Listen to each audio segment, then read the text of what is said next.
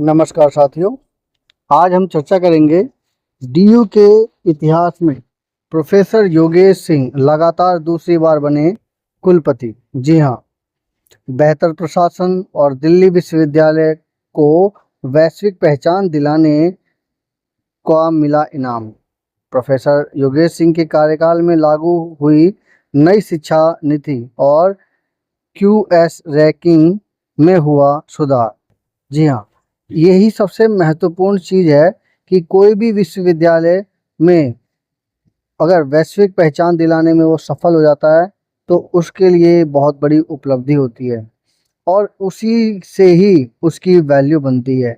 इसलिए हमेशा ये ध्यान रखना कि वैश्विक पहचान कब मिलेगी, जब जीवित शिक्षा पद्धति आएगी। जी हाँ, अगर मृत शिक्षा पद्धति दी जाएगी तो उसमें कोई भी वैश्विक पहचान नहीं मिलेगी। अगर जब तक वो जीवित शिक्षा पद्धति नहीं होगी तब तक उसमें वैश्विक पहचान नहीं मिल पाएगी। और यही प्रोफेसर साहब ने किया कि उन्होंने दिल्ली विश्वविद्यालय को वैश्विक पहचान दिलाने के लिए जीवित शिक्षा पद्धति का इस्तेमाल किया। आगे सुनते हैं। प्रोफेसर योगेश सिंह के कार्यकाल की उपलब्धियां हैं: राष्ट्रीय शिक्षा निधि NEP 2020 का प्रभावी क्रियान्वयन और FYUP ABC BAC SEC और मल्टीपल एंटी एग्जिट प्रणाली लागू। CSS के माध्यम से पारदर्शी और पूरी तरह डिजिटल प्रवेश प्रक्रिया। परीक्षा और प्रशासनिक सेवाओं का व्यापक डिजिटलीकरण। शोध, स्टार्टअप, इनोवेशन और उद्योग अकादमिक सहयोग को बढ़ावा। स्मार्ट क्लासरूम, प्रयोगशालाओं, पुस्तकालयों और खेल सुविधाओं का विस्तार। हरित व आधुनिक कैंपस विकास पर विशेष focus. QS world university ranking में विश्वविद्यालय की स्थिति में सुधार। अंतर्राष्ट्रीय सहयोग और वैश्विक पहचान की नई मजबूती मिली। जी हाँ, यहाँ पर जो QS यूनिवर्सिटी रैंकिंग में जो विश्वविद्यालय में जो सुधार हुआ है ये सबसे महत्वपूर्ण है और इसके लिए बहुत ज़्यादा मेहनत करनी पड़ती है।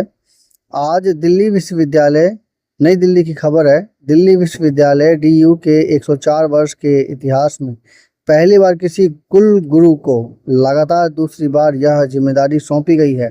प्रोफेसर योगेश सिंह की पुनर्नियुक्ति केवल प्रशासनिक फैसला नहीं बल्कि उसके पहले कार्यकाल में शिक्षा, शोध, डिजिटल प्रशासन, आधारभूत ढांचे और वैश्विक पहचान के क्षेत्र में हुए व्यापक बदलाव पर भरोसे की मुहर मानी जा रही है। उनके नेतृत्व में DU ने राष्ट्रीय शिक्षा नीति NEP 2020 को सबसे प्रभावी ढंग से लागू करने वाले विश्वविद्यालयों में अपनी पहचान बनाई। वहीं अंतर्राष्ट्रीय रैंकिंग में भी उल्लेखनीय सुधार दर्ज किया। हालांकि इस बारे में अभी तक DU के पास अभी तक आधिकारिक मेल नहीं आया है। प्रोफेसर योगेश सिंह के कार्यकाल में DU ने पारंपरिक शिक्षा पद्धति से आगे बढ़ते हुए छात्र केंद्रित और रोजगार उन्मुख शिक्षा मॉडल को अपनाया। जी हाँ, यही मैंने कहा था कि मृत शिक्षा पद्धति से जब वो जीवित शिक्षा पद्धति में बदली जाएगी शिक्षा व्यवस्था, तभी जाकर के हमारी रैंकिंग सुधरेगी और अर्थव्यवस्था भी सुधरेगी, लोगों को रोजगारी भी दूर होगी। यहाँ पर छात्र केंद्रित और रोजगार उन्मुख शिक्षा मॉडल को बनाया गया है।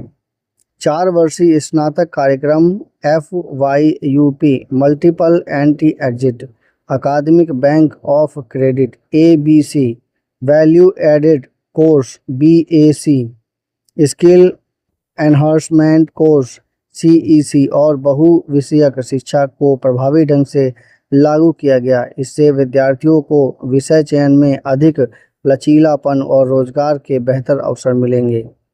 प्रोफेसर योगेश सिंह का पहला कार्यक्रम 8 अक्टूबर 2021 से शुरू हुआ था। उसका यह कार्यकाल 5 वर्षों का था। इससे पूर्व वह बड़ौदा में महाराजा सयाजी राव विश्वविद्यालय 2011 से 2014 तक, नेताजी सुभाष प्रौद्योगिकी संस्थान NSUT में 2014 से 2017 तक निदेशक के रूप में और दिल्ली प्रौद्योगिकी विश्वविद्यालय DTU में 2017 से 2021 तक कुलगुरु रहे। प्रवेश व्यवस्था में भी बड़ा बदलाव देखने को मिला। कॉमन सीट एलोकेशन सिस्टम के जरिए दाखिला प्रक्रिया को पूरी तरह पारदर्शी, डिजिटल और छात्र अनुकूल बनाया गया। परीक्षा परिणाम, डिग्री, माइग्रेशन और अन्य प्रशासनिक सेवाओं का डिजिटलीकरण होने से हजारों छात्रों को समयबद्ध व सरल सेवाएं मिलने लगी। शोध और नवाचार के क्षेत्र में भी DU ने नई गति पकड़ी। विश्वविद्यालय ने उद्योगों, अनुसंधान संस्थानों और अंतर्राष्ट्रीय विश्वविद्यालयों के साथ शैक्षणिक सहयोग बढ़ाया। स्टार्टअप, इनोवेशन, पेटेंट, उद्यमिता और रिसर्च कल्चर को बढ़ावा देने के लिए कई नई पहल शुरू की गई। जी हाँ, यहाँ पर जो कहा है रिसर्च कल्चर को बढ़ावा देने के लिए कई नई